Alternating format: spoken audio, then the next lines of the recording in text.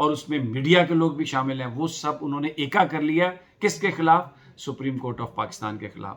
سلام پیش کرتا ہوں میں چیف جسٹس گلزار کو، جسٹس قاضی امین کو، جسٹس اعجاز الحسن صاحب کو، جنہوں نے اس وقت ایک ایسی شروعات کی اور ایک ایسا سٹینڈ لیا کہ جس میں جو پاکستان کے عوام کو پہلی دفعہ یہ ایسا لگ رہا ہے کہ شاید یہ جو انٹچیبلز اور یہ جو بڑے بڑے لوگ ہیں، انہوں نے جو قبضہ کیا ہے، ان کی گردنوں پر بھی کسی کا ہاتھ ڈلے گا۔ بڑے عجیب آرگومنٹ دیے جاتے ہیں۔ یہ کہا جاتا ہے کہ جی ایک طرف تو سپریم کورٹ ریگولرائز کر رہی ہے، اس میں یہ جو اسلام آباد میں کانسٹیٹیوشن 1 جو ٹاور ہے اس کی بات کی جاتی ہے کہ جناب اس کو تو ریگولرائز کر دیا، کراچی میں آپ بلڈنگ کو گرا رہے ہیں۔ دیکھیں یہ آپ گدھوں اور گھوڑوں کو ملانے والی بات کر رہے ہیں۔ ہر کیس مختلف ہے۔ اسلام آباد میں کانسٹیٹیوشن ایونیو پر جو ٹاور بنایا گیا تھا وہ باقاعدہ طور پر سی ڈی اے کی زمین تھی اور انہوں نے اس کو الاٹ کیا تھا۔ اس کے اندر وائلیشن یہ تھی کہ وہ جو انہوں نے بلڈنگ پہلے بنانی تھی وہ نہیں بنائی تھی، جس کے اوپر انہوں نے اس کا جرمانہ ادا کیا۔ لیکن جو نسلا ٹاور ہے یہ تو غیر قانونی زمین، جو ایک سڑک کی زمین ہے، اس پر قبضہ کر کے بنایا گیا۔ اس کا اس سے کیا تعلق ہے؟ یہ ہر کیس کے میرٹس علیحدہ ہوتے ہیں، لیکن کیونکہ ایک ماحول پیدا کرنے کی کوشش کی جا رہی ہے، اور یہ میں سمجھتا ہوں ایک ٹیسٹ ہے پاکستان کے عوام کا اور ٹیسٹ ہے سپریم کورٹ آف پاکستان کا۔ یہ اس وقت یہ جو بات ہے یہ قانون کی حکمرانی کی بات ہو رہی ہے۔ ایک اور جو عجیب آرگومنٹ پیش کیا جاتا ہے وہ کیا ہے کہ جی سپریم کورٹ لوگوں کو پیسے دلوائے۔ سپریم کورٹ کا کام ہے کہ جو کام غلط ہے یا صحیح ہے اس کے مطابق فیصلہ کر دینا، اس پر عمل درآمد کرانا تو حکومت کا کام ہے۔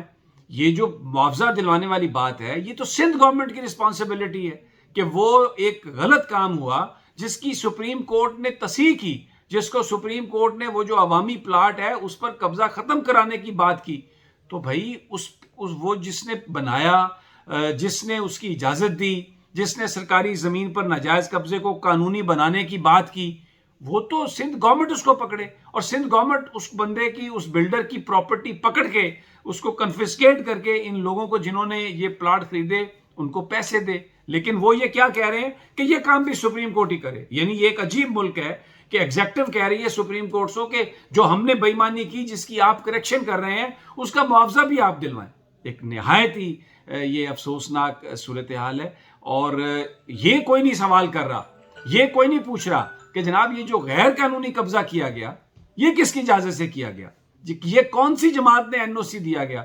بڑے بڑے میں نام آپ کو سب پتہ ہے، میں کیا کہوں، تمام سیاسی جماعتیں، بڑی بڑی میڈیا آؤٹلیٹس، بڑے بڑے بزنس مین، بلڈر۔ آپ کو کیا مجھے نہیں پتا بلڈر کیا ہے؟ ان سے بڑا کوئی مافیا ہے مجھے بتائیے؟ آپ دیکھ لیں وہ یہ پاکستان میں کتنے صاحب عزت ہیں، صاحب کمال ہیں، ذرا پوچھیں، اخبارات کو دیکھیں کہ برطانیہ کی گورنمنٹ نے کس ہمارے سب سے بڑے بلڈر اور سب سے بڑے ڈیولپر اور اس کے بیٹے کا ویزا کینسل کیا ہمیشہ کے لیے۔ کون ہے وہ؟ پوچھیں آپ ان سے۔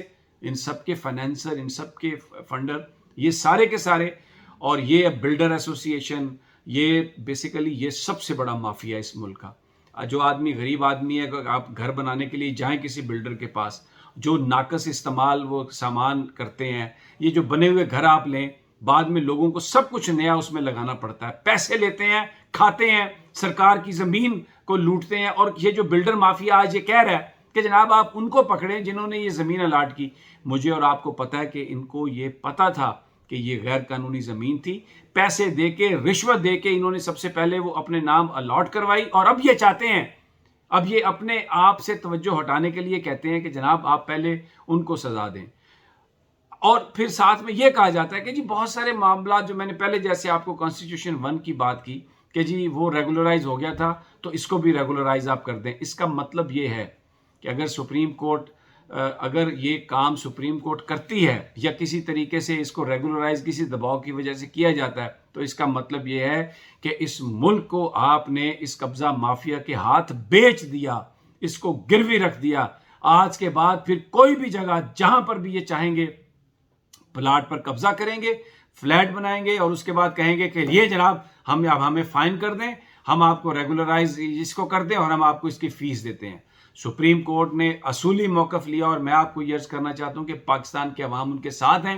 اور یہ جو ایک طوفان بدتمیزی میڈیا پر شروع کیا گیا اور یہ جو ایکا کر کے انہوں نے سپریم کورٹ آف پاکستان کو دبانے کی کوشش کی ہے. اور افسوس کی بات یہ ہے کہ اس میں Peoples Party PTI Sindh بھی شامل ہے.